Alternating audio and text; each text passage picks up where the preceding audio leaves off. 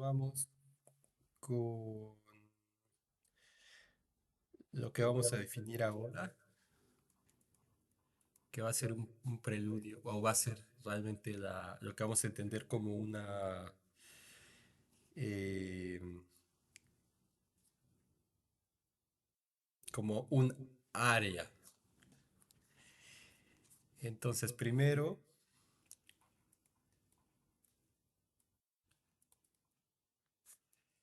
vamos a decir que, ¿cómo ponemos esto? Sea P, vamos a llamarle vamos a ponerle una P así. Que de hecho, esta P después la vamos a usar para denotar el conjunto de particiones. Pero dependiendo del contexto, pues sabremos si se trata de particiones, si se trata de la colección que vamos a definir aquí. eh, entonces, espero que no haya confusión con eso. Entonces, sea P una colección de conjuntos de puntos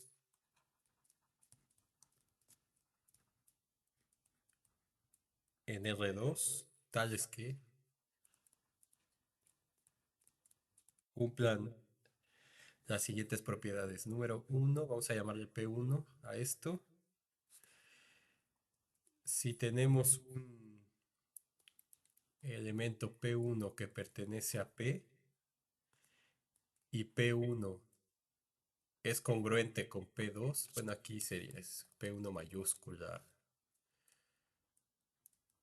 Congruente, esta línea de aquí significa congruente.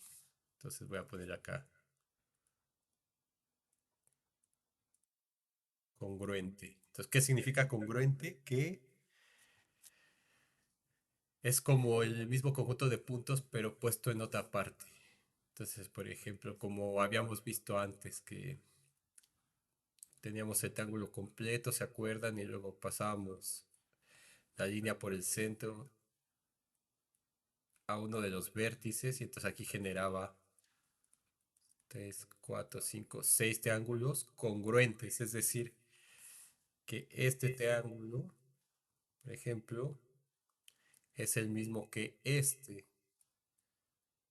Entonces, para ver que es el mismo hay que rotar este triángulo y después hay que trasladarlo en el espacio para ponerlo en esta posición y va a quedar encima de este que está aquí. Entonces son triángulos congruentes y de hecho todos estos lo son. Lo que dice la propiedad uno es que si tengo un conjunto, un elemento o un conjunto de puntos que está en esta colección y ese P1 es congruente con otro conjunto de puntos P2, entonces forzosamente como es congruente, tiene que suceder que... bueno, pero aquí me faltó antes algo. Déjenme reescribir la definición. Necesitamos una unidad de medida y esa va a ser el cuadrado,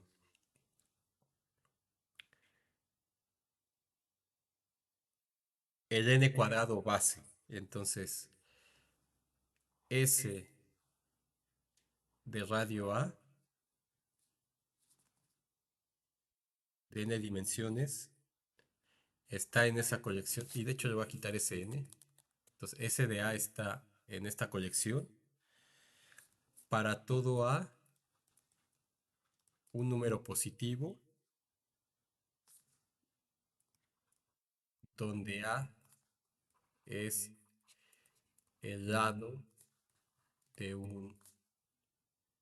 en este caso, como estamos en R2, de un cuadrado. Sí, porque iba a poner Sn, pero estamos en cálculo uno de un cuadrado. Entonces lo que me está diciendo esto es que los cuadrados son elementos de esta colección. Es lo que me dice la propiedad uno. Entonces voy a ponerlo acá en otro color, en otras palabras. Digamos, ustedes escriben en sus notas la definición tal cual. Y yo esto que estoy poniendo en otros colores es como lo que está escrito aquí, pero dicho de una manera más simple. Entonces, esto lo que me dice es que los cuadrados del lado A, distinto de cero, están en la colección P. Y esos cuadrados van a ser nuestra unidad de medida. Ahora sí, la propiedad 2, que es la que estaba poniendo hace un minuto, me diría que si tengo un elemento de esa colección P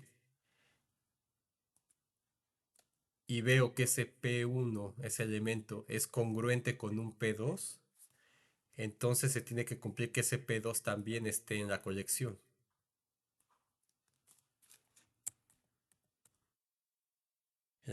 P. Entonces, ¿por qué? Porque en esencia, si yo tengo, por ejemplo, esta figura así, digamos que esto fuera P1, un conjunto de puntos, una colección de conjuntos de puntos, o un conjunto de puntos en R2, y encuentro, entonces, y veo que este es parte de esa colección, y encuentro otro, digo, aquí no se ve que sea el mismo, pero imaginen que sí. Entonces, encuentro un P2 que es congruente con el P1, entonces, ¿qué significa eso? Que si yo muevo, que yo puedo pasar de este P1 al P2 mediante rotaciones y traslaciones en el espacio, en el plano. Entonces, en esencia es, yo muevo esto con una traslación, en este caso como está, y me va a quedar exactamente encima. Entonces, eso significa, si son congruentes, que en esencia es el mismo. Entonces, ese P2 tiene que estar también en esa colección P.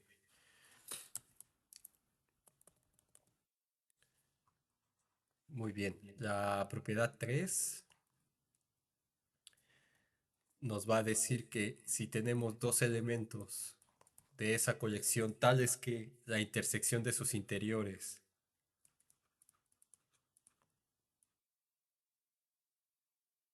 es vacía, entonces eso significa que la unión también está en P. Entonces, ¿qué significa esto? Que si yo tengo un P1, digamos que es este, y un P2,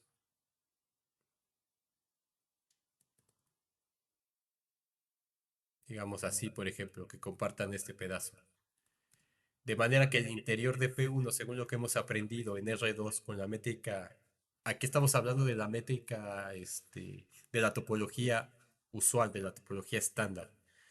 Entonces, los puntos interiores de P1, pues es todo lo que está dentro, menos esta línea, ¿no? Y uno como lo pondría, eso sería, digamos, si quiero dibujar el interior de P1, lo pondría así, con toda la línea punteada, así. Y bueno, acá no se ve cómo lo puse,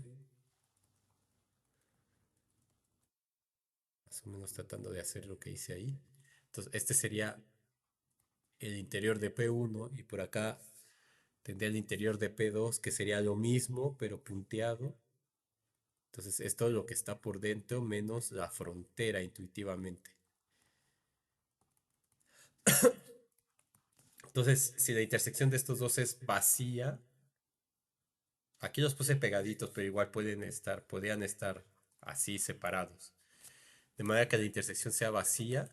Entonces, eso significa que la unión de ellos dos, o lo que vamos a pedir es que si esa intersección es vacía, entonces la unión también forme parte del conjunto P.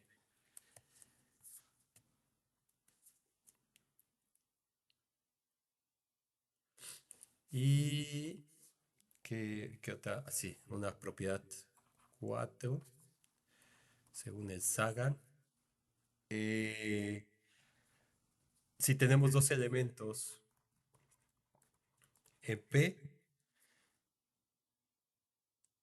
y tenemos que son tales que uno está contenido en el otro, entonces esto va a significar, o se tiene que cumplir, que la diferencia sea parte de esa colección P. Entonces, ¿qué significa eso? Si tengo P1 contenido en P2, es que este es P2, P1, ambos son parte de la colección P. Entonces la diferencia que sería P2 menos P1, ¿se acuerdan? Diferencia de conjuntos. A todo P2 le quito P1, entonces me queda esto de aquí.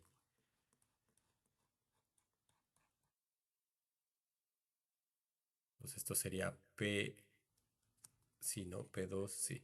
P2 menos P1. Entonces eso tiene que estar en P también. Tiene que ser parte de ese conjunto P.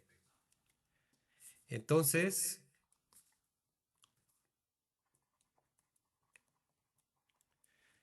una función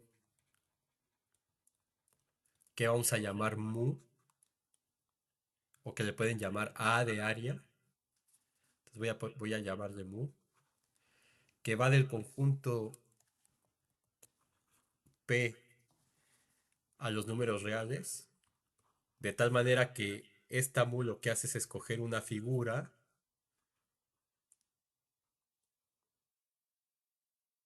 en P y asociarle un área o una medida. Va a ser,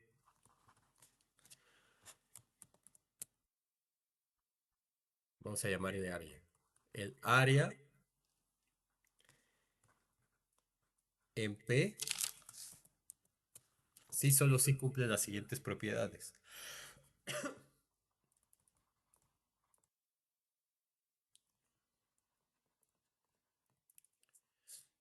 Vamos a llamarle mu1. Entonces, lo primero que nosotros sabemos es que si tenemos una figura en R2, el área, o sea, por todo lo que ya sabemos antes, lo que estamos tratando es de formalizar. Entonces, nosotros sabemos intuitivamente que el área de una figura siempre va a ser positiva o que puede que un conjunto no tenga área, entonces en ese caso tendría área cero. Por lo cual se va a pedir que esa mu de P sea mayor o igual que cero para todo elemento de ese conjunto de figuras P. Número 2, si nosotros tenemos lo que estaba aquí, dos figuras congruentes, que las borré.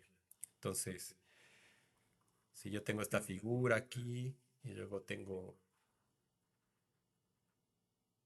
esta otra figura acá, supongo que es la misma, que esta es congruente a ese P2. Entonces, como es la misma en esencia, uno espera que el área en algo que, en una función que tenga que cumplir con esas características, se espera que el área sea la misma. Entonces, esto lo escribiríamos como que si P1, P2 son elementos de P, tales que P1 es congruente con P2, entonces las áreas son iguales. Mu de P1 tiene que ser igual a mu de P2.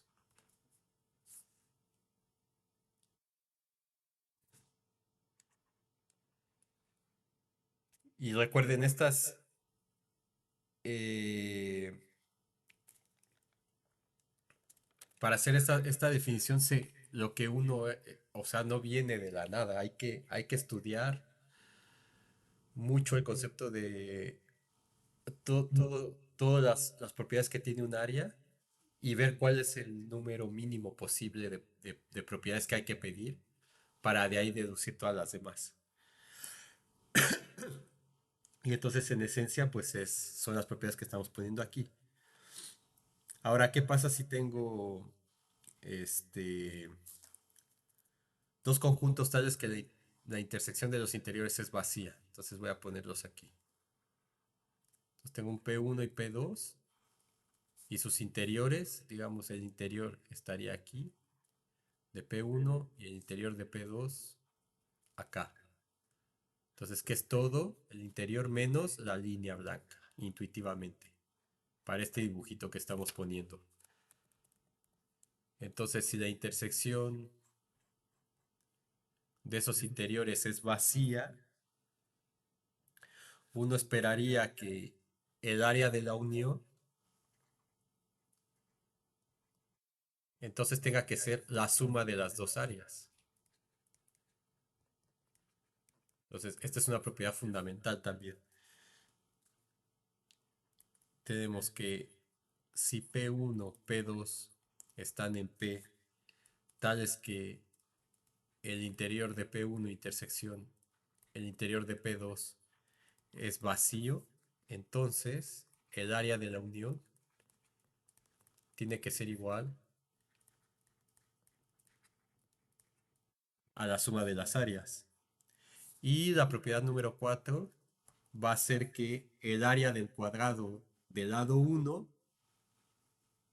como ya sabemos, el S, como le pusimos acá, el S, en este caso el lado es 1, el S1, que realmente como estamos utilizando la notación de la esfera, ¿se acuerdan que era SNR? La esfera n dimensional. Entonces, en una dimensión sería la circunferencia. Entonces, realmente en estricto sentido tendría que ponerle así, pero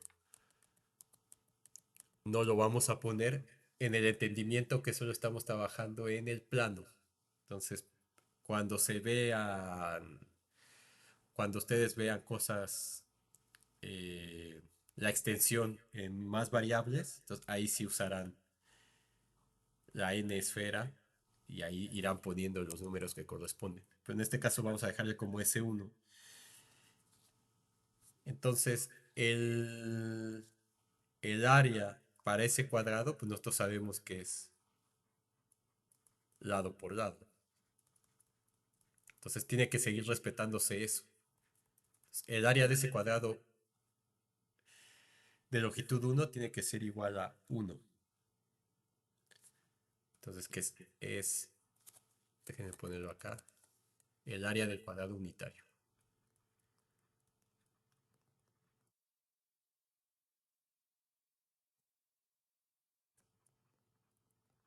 El área del cuadrado unitario.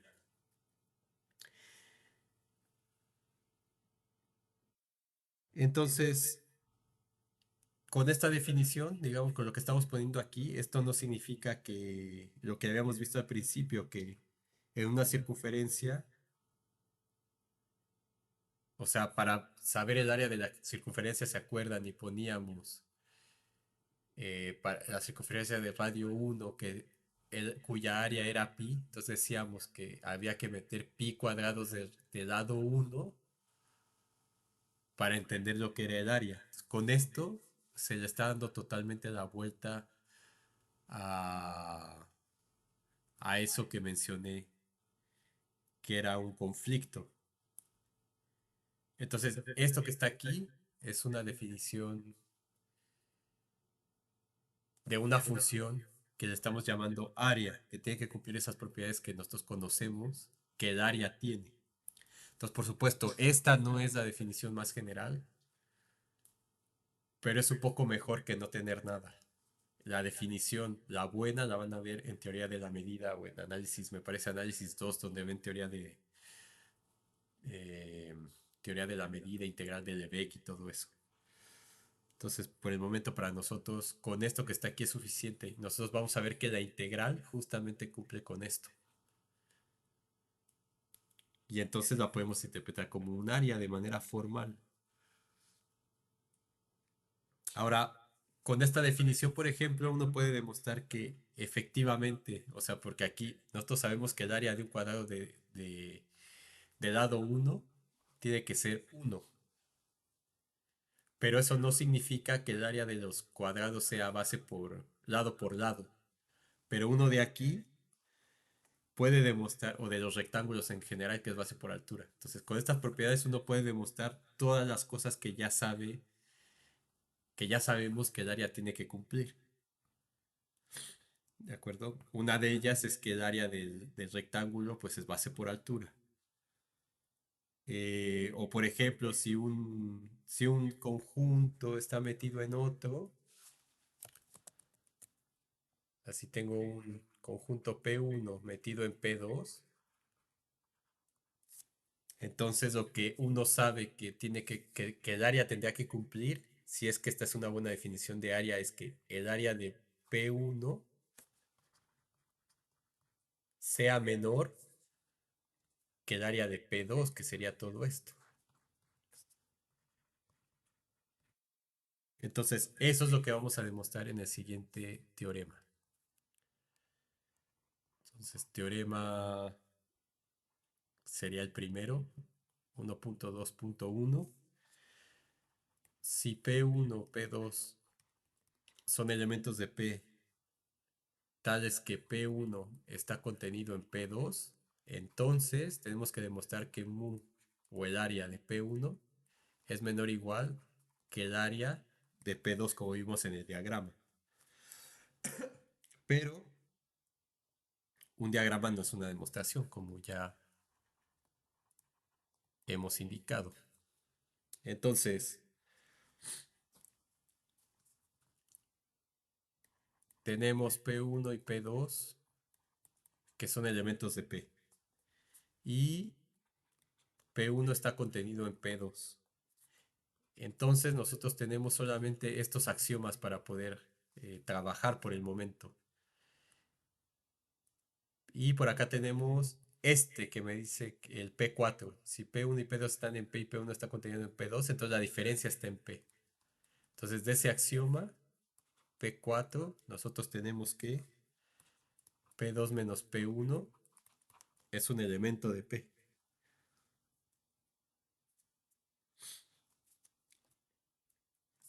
Ahora, vamos a utilizar varias propiedades de los conjuntos. Si como P1 está contenido en P2, entonces esto implica que puedo escribir P2 como P2 menos P1 unión con P1. Entonces, ¿qué significa esto intuitivamente? Que al P2 le quito P1, pero luego se lo vuelvo a pegar. Y entonces me queda el mismo P2. ¿De acuerdo? Si tengo P2 y le quito una parte, digamos esto que le llamo P1, se la quito. Entonces la diferencia es todo este. Esto sería P2 menos P1. Y luego le uno P1 otra vez. Pues voy a obtener P2. Y entonces esto si quieren ahora lo justifico. Vamos a poner un asterisco verde. Y además también sabemos que por definición P2 menos P1, intersección P1, por definición de diferencia, esta diferencia la puedo escribir como P2 intersección P1 complemento. Y eso intersección con P1. Entonces aquí estamos usando que A menos B por definición es A intersección B complemento de la teoría de conjuntos. Entonces esto es igual por la propiedad asociativa de la intersección. Esto es igual a P2 intersección P1 complemento intersección P1. Pero P1 intersección P1 complemento es vacío. Entonces P2 intersección vacío. Y cualquier cosa intersectado con el vacío es el vacío. Entonces esta cosa de aquí es vacío. ¿Eso por qué? Esto pues A intersección A complemento, una de las propiedades que usaron en teoría de conjuntos es vacío. Y A intersección vacío o cualquier conjunto intersectado con el vacío es el vacío también. Eso lo demostraron en álgebra superior, quizá en cálculo 1.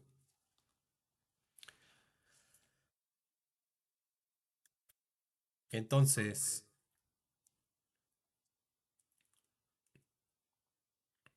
¿y qué queremos probar? Que el área es menor o igual que P2. Entonces tenemos que el área de P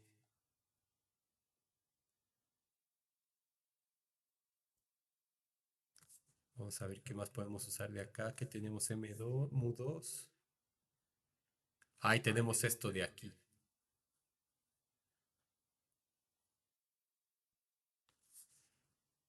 Y ahí vamos a usar otra propiedad de los conjuntos. Entonces, voy a ponerlo acá. Recordar que si A está contenido en B, pero voy a ponerlo de otro color. Esto debieron ver en cálculo 1, pero no sé si lo hayan visto. Recordar que si A está contenido en B, entonces el interior de A, de B menos A, perdón. Voy a escribirlo así. El interior de B menos A, intersección eh, interior de A, es igual al vacío. Y entonces esto nos va a permitir usar la propiedad mu3. Entonces nosotros tenemos que, como P1 está contenido en P2, entonces por esta propiedad, que le voy a llamar asterisco rojo,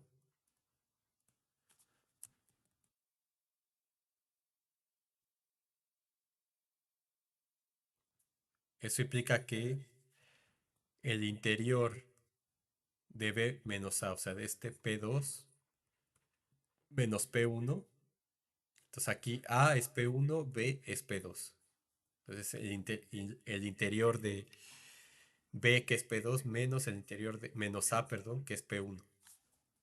Intersección con el interior de A, que es P1 en este caso, es igual al vacío por esta propiedad del rojo. Y entonces, por mu3, tengo dos conjuntos tales que la intersección es vacía. Entonces, eso implica que el área de la unión es la suma. Entonces, por mu3, esto significa que mu de la unión de este con este, o sea, de P2 menos P1, unión P1, es igual a mu de P2 menos P1 más mu de P1. Pero este, por lo que probé aquí, P2 menos P1, no, este no es. Aquí está. P2 menos P1 unión P1 es P2.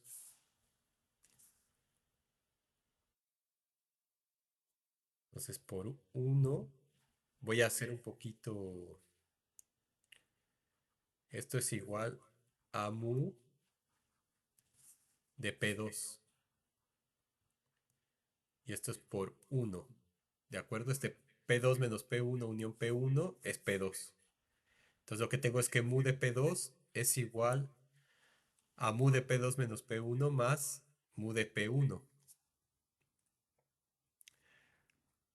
Ahora, entonces tenemos que mu de P2 es igual a mu de P2 menos P1, P2, más P1.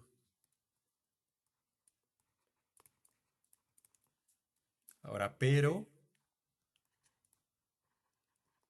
P2 menos P1 pertenece a P.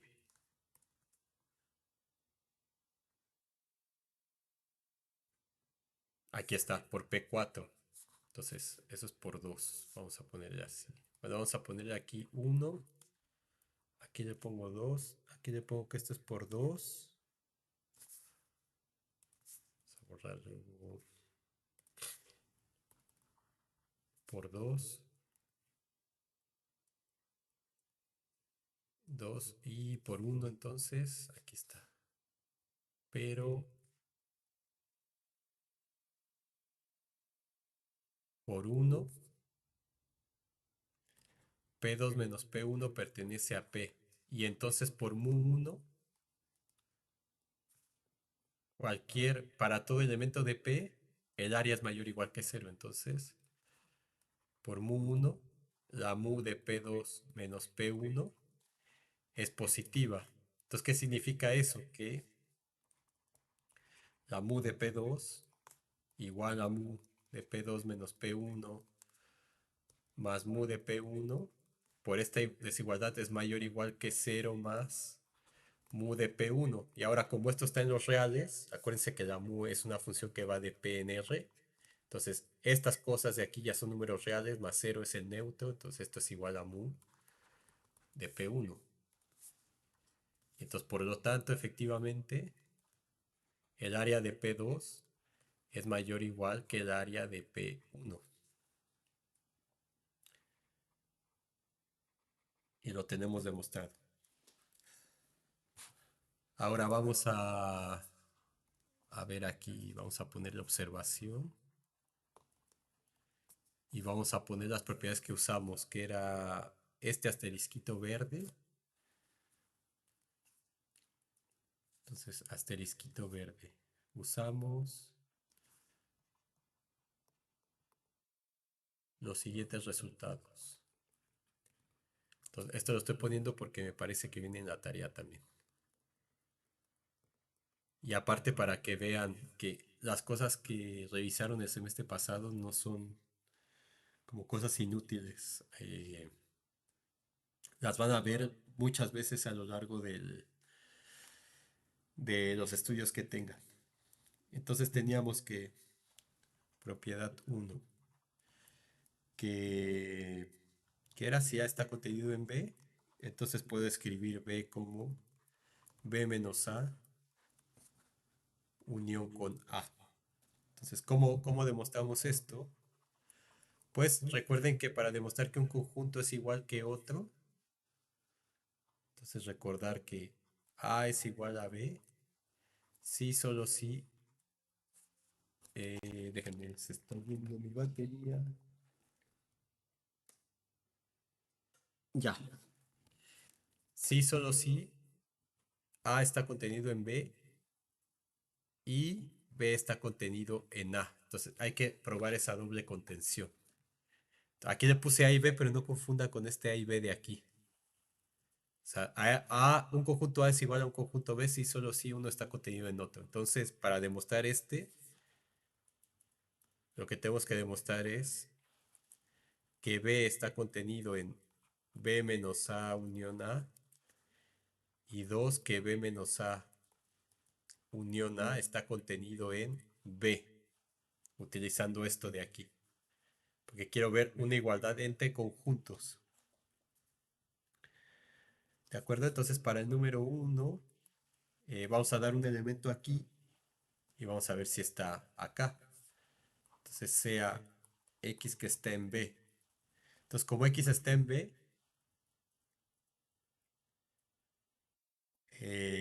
y por hipótesis, A está contenido en B. Entonces, eso significa que hay elementos de B que no están en A. Entonces, hay dos casos. ¿Sí? Entonces, aquí existen elementos o pueden existir elementos de B que no estén en A. Pero todo elemento de A está en B. Entonces, caso 1, si X está en A también, o sea, si X está en B, puede que esté en A y puede que no esté en A.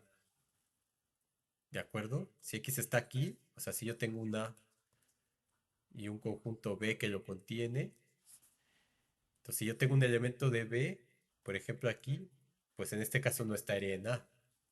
Pero si ese X está aquí, por ejemplo, puede que va a estar en A también. Entonces por eso tengo dos casos. Uno si X está en A y otro si X no está en A. Entonces, si X está en A, pues si X está en A unión lo que sea. Entonces X está en A unión, en este caso, me conviene ponerle B menos A y ya está. Caso 2, si X no está en A. Entonces, si X no está en A, si X no está en A, ¿en dónde va a estar? Va a estar en B, en la diferencia. Entonces, si X no está en A, X va a estar en la diferencia B menos A o en A complemento. Vamos a ponerle, si X no está en A, entonces eso que significa que X está en A complemento, pero en este caso A complemento, si el universo es B, pues es B menos A. Ese sería A complemento. Y entonces X puede estar en X en B menos A, unión lo que sea, que en este caso es el A. Entonces, por lo tanto, X está aquí. Por lo tanto, B está contenido en B menos A, unión con A. Y ahora hay que probar la parte número 2. Entonces, nos damos un elemento también. Entonces, por demostrar que B menos A, unión A, está contenido en B. Entonces, damos un elemento aquí, sea X que está en B menos A, unión A, si se escribe así o al revés la diagonal, creo que está bien. Entonces, por definición de unión, esto significa que X está en B menos A o X está en A, ¿cierto? Entonces, si X está aquí,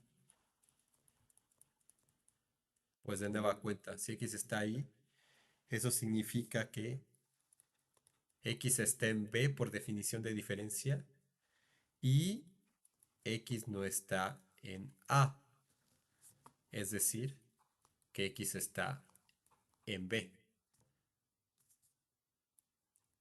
Número 2, si X está en A, como por hipótesis A está contenido en B, la hipótesis que tengo, si X está en A, entonces también está en B. Entonces X está en B de manera directa. Entonces, por lo tanto, B menos A unión A está contenido en B y por lo tanto, B menos A unión A es lo mismo que B. Y ese sería el primer estrellita que usamos aquí. Ahora viene la parte interesante, que es lo que está en rojito, lo que está aquí. Entonces también usamos este.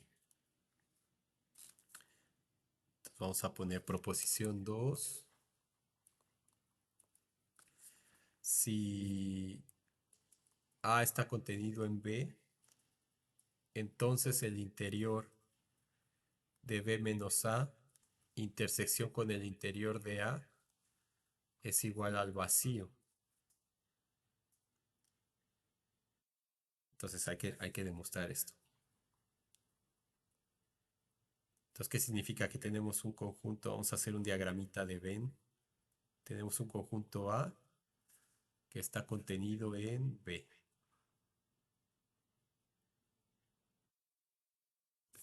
Ahora, ¿quién es B menos A? Interior.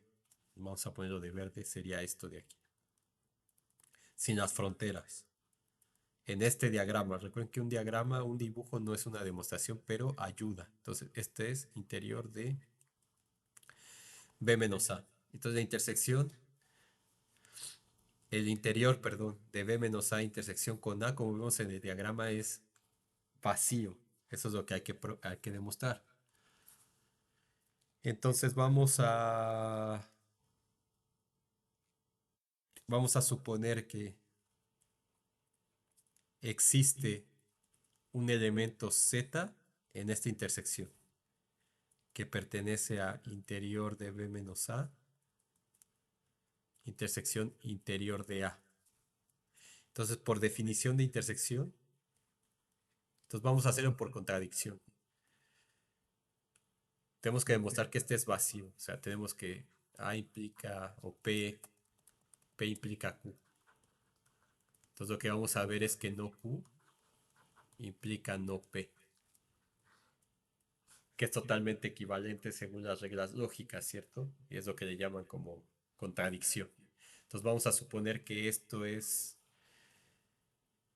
que es distinto del vacío. Entonces, a ver, voy a ponerlo así. Supongamos que el interior de B menos A, intersección interior de A, es distinto del vacío. Entonces, ¿qué significa eso?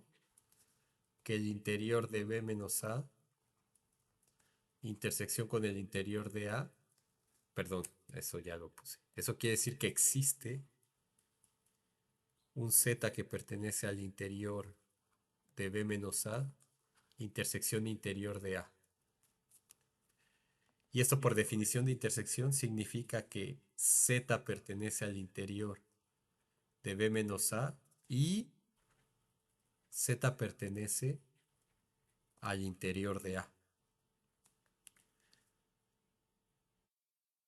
¿De acuerdo? Entonces, como esto pertenece al interior, esto implica por definición de interior, ¿se acuerdan? Que existe un R mayor que cero tal que la bola de radio R centrada en Z está totalmente contenida en B menos A. Y existe un S mayor que cero tal que la bola de radio S centrada en Z está totalmente contenida en A. Y esto es una contradicción porque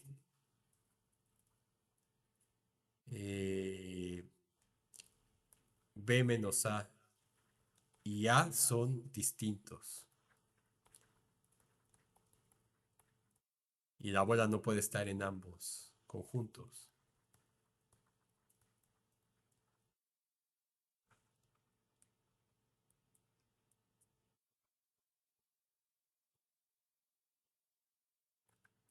Entonces, por lo tanto, se tiene que tener que la intersección de estos dos es vacía.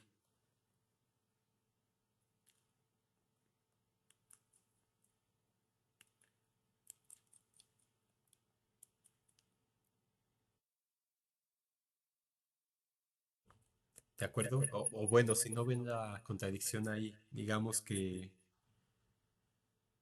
tenemos las dos bolas en una, digamos, aquí está el Z en la intersección. Y entonces lo que me está diciendo esto es que hay una bola totalmente metida aquí y que hay una bola totalmente metida acá. Entonces es lo que digo aquí, como esos dos son conjuntos distintos, la bola no puede estar en ambos.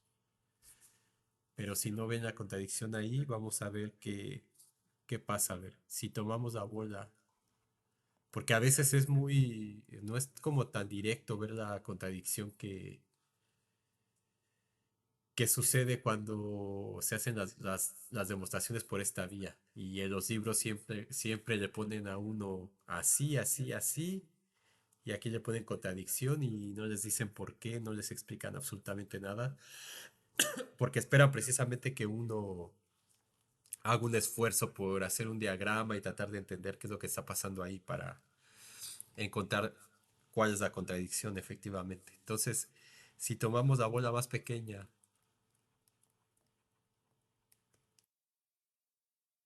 y de hecho acá déjenme modificar esto porque es como definición de interior, entonces puede ser cualquier número pequeñito que ya le habíamos dado con las letras griegas, entonces solamente le voy a cambiar aquí un epsilon mayor que cero y acá le voy a poner un delta, un epsilon y un delta.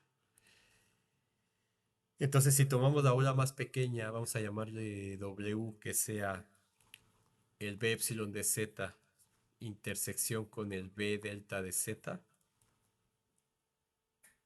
O sea, tenemos el elemento Z. Entonces, para ese elemento Z hay una bola de radio epsilon que está totalmente contenida en el conjunto B menos A, que es lo que me dice esta primera parte. Y en ese mismo Z hay una bola delta totalmente contenida en A. Entonces, digamos acá, vamos a decir que esta sea. Bueno, ahí estoy poniéndolo muy. Vamos a decir que está acá.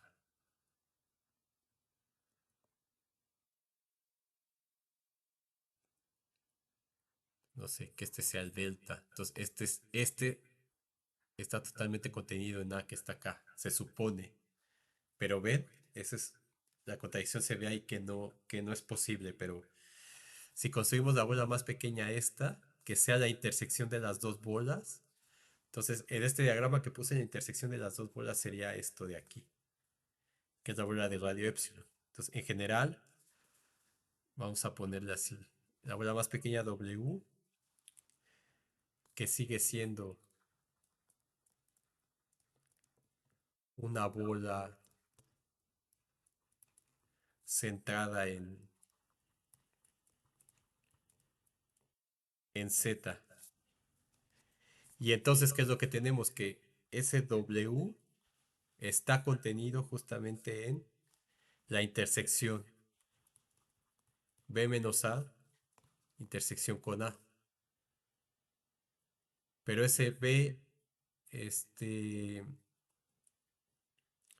¿de acuerdo? O sea, tengo este contenido aquí y este contenido acá. Entonces la intersección de estos está contenido en la intersección de esos dos. O sea, este, ¿cómo le pongo? Si A está contenido en B y C está contenido en D, entonces A intersección C está contenido en B intersección D. Entonces, si hacen un diagrama, tienen A, tienen B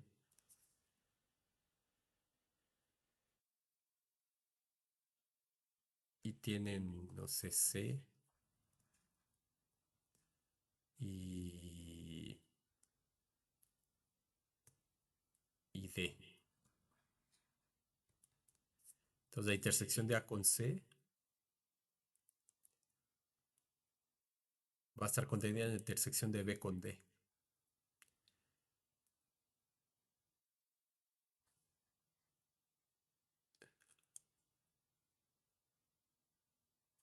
¿Qué sería todo esto? Sí, bueno, esta es una propiedad de los conjuntos también que pueden demostrar. Entonces, por eso aquí pongo el W así. O sea, por esta propiedad de los conjuntos, esto está contenido en B menos A intersección con A. Pero ¿quién es B menos A intersección con A? Pues es B intersección A complemento, intersección con A. Pero esto es igual a B intersección A complemento, intersección con A. Y A complemento, intersección con A es vacío siempre. Y cualquier conjunto intersectado con el vacío es vacío también. Entonces lo que estamos teniendo aquí es que W está contenido en el vacío. Pues eso es una contradicción porque, entonces, otra forma de verlo, porque el vacío no tiene elementos. Entonces, por eso no me puse a demostrar propiedades del interior ni nada de eso, porque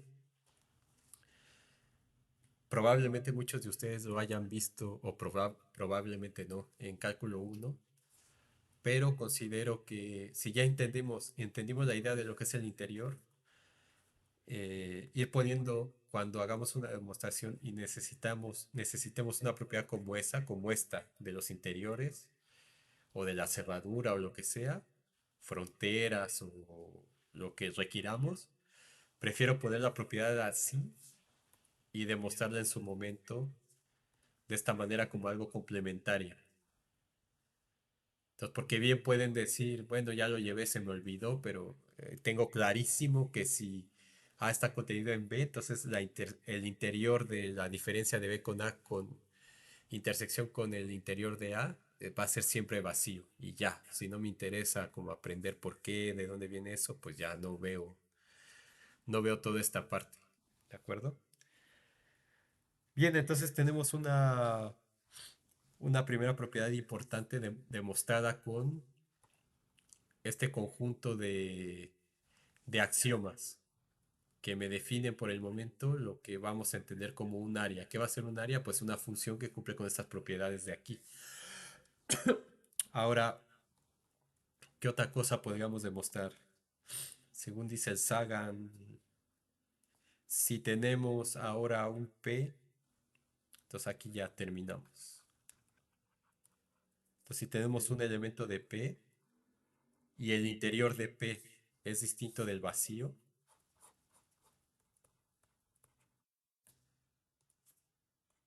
entonces, ¿qué significa eso? Pues que el área tiene que ser forzosamente positiva, no puede ser cero, estrictamente positiva, porque el interior es distinto de cero. Si el interior fuera cero, entonces el área tendría que ser igual a cero, en principio. Entonces vamos a demostrar esa propiedad. Teorema 1.2.2. Si P es un elemento de P y el interior de P es distinto del vacío, entonces el área es estrictamente positiva. Vamos a demostrar esto. Em, entonces voy a hacer el diagramita aquí. Tenemos el conjunto P que pertenece a P. Y entonces como el interior de P es distinto del vacío, eso significa que existe un punto, al menos un punto en el interior, tal que la bola de radio epsilon con centro en X está totalmente contenida en P porque es un punto interior. O sea, eso implica que existe al menos. No, voy a ponerlo así ya como tenemos que ponerlo. Entonces, esto implica que existe un X en el interior de P. Y acá sí entre paréntesis le voy a poner. Es decir, existe al menos un elemento en el interior de P.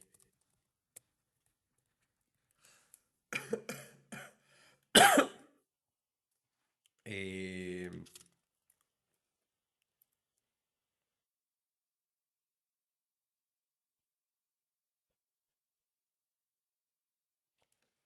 existe al menos un punto en el interior. Y por definición, ¿eso qué significa? Que existe epsilon mayor que cero, tal que la bola de radio epsilon centrado en X está totalmente contenida en el interior de P.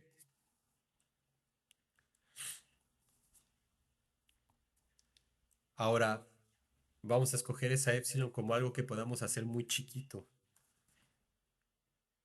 Entonces,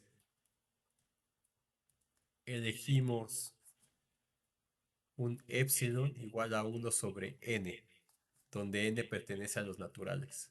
Entonces, esas son bolas concéntricas, tales que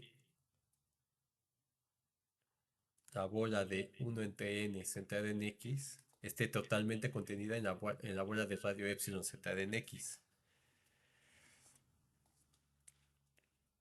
Entonces, ¿qué significa esto? Que si por ejemplo n es igual a 1, voy a tener que epsilon es igual a 1 y voy a ponerlo en otro color.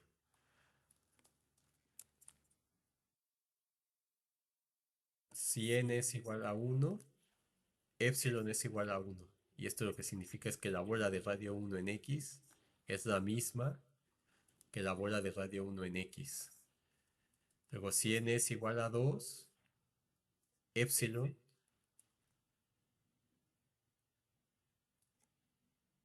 es igual a un medio. Y entonces la siguiente bola va a ser la bola de radio un medio centrada en X. Entonces lo que voy a tener es el,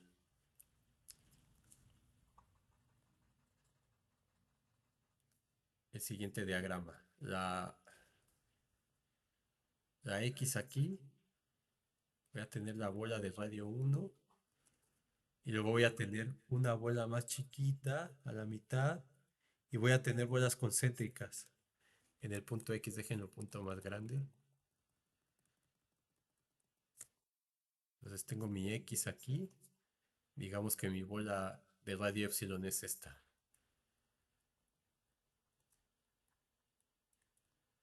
Y luego voy a tener la siguiente que es un medio a la mitad.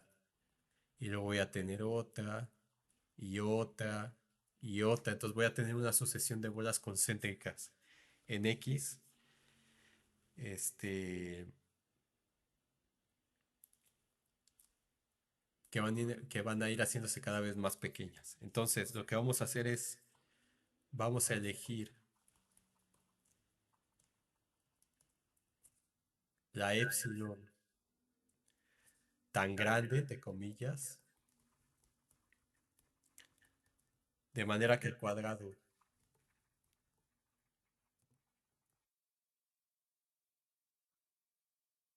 del lado 1/n esté contenido en la bola de radio epsilon.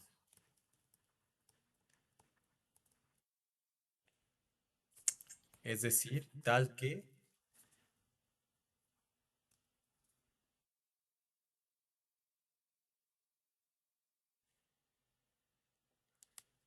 la circunferencia de radio 1 entre n esté contenida en la bola de radio epsilon z de en X. O sea, fijando una de esas bolas y esa le vamos a llamar la S.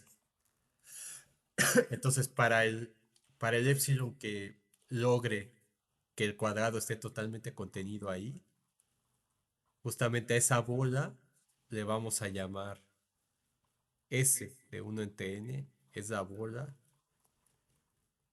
B de 1 entre n tal que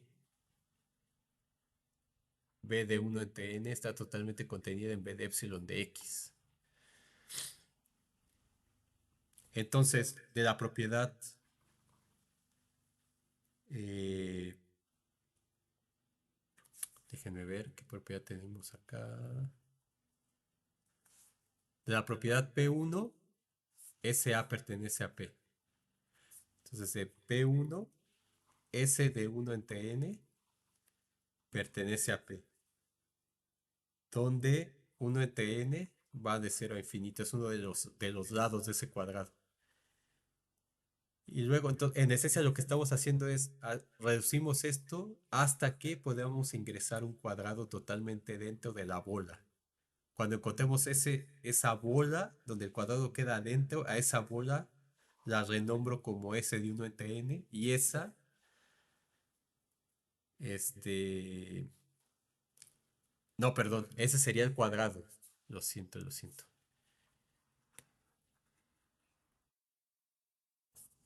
S de 1 entre n es el cuadrado del lado 1 entre n para el cual S1 entre n está contenido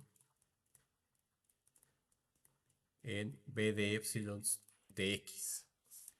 Entonces de la P1, como este ya es el cuadrado, ese cuadrado está en P, porque los círculos no sabemos si están en P o no, pero una vez que podamos meter un cuadrado ahí, ese, por la propiedad 1, está en el conjunto P. Y de la propiedad de M1, mu1, para todo P en P, si esa cosa ya está en P, entonces esa área es mayor o igual que 0. Y de M1, como S1n está en P, entonces el área de ese cuadrado es mayor o igual que 0. Ahora, pero también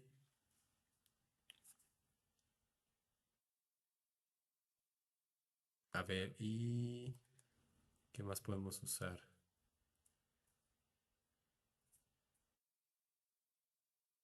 Claro. Entonces tengo esto y como la bola de radio epsilon de x también está en P,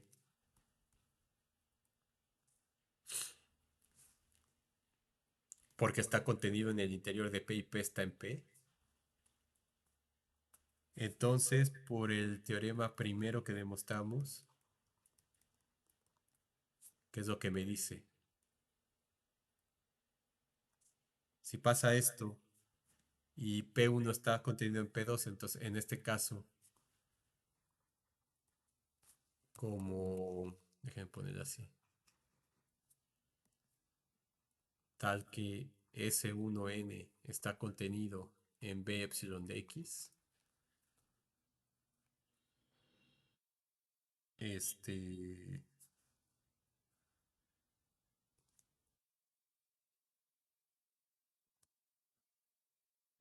entonces el área de S1n es menor o igual que el área de,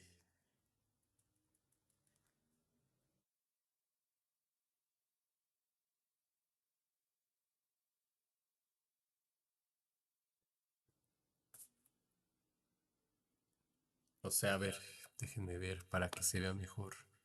S1n está contenido en la bola de radio epsilon y además esta bola está contenida en P, ¿cierto? ¿Por qué? ¿Dónde está?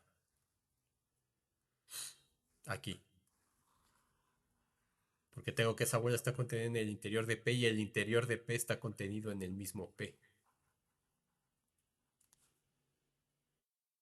Entonces esta bola está contenido aquí y esta está contenido aquí. Entonces esa bola está contenido en P, que es lo que tengo acá.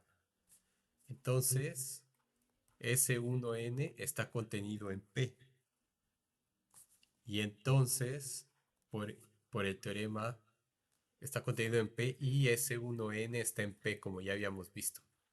Entonces, por el teorema 1.2.1, ahora sí, si se cumple esta contención, entonces el área de este es menor o igual que el área de este. Entonces, el área de S1n es menor o igual que el área de P, pero esto ya vimos que es mayor o igual que cero.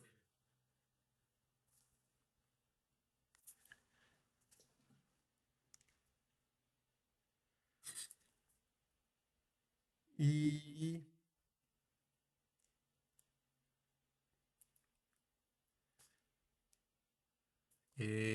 se acabó el tiempo de este video para que no se haga tan largo y en el siguiente continúo con la demostración.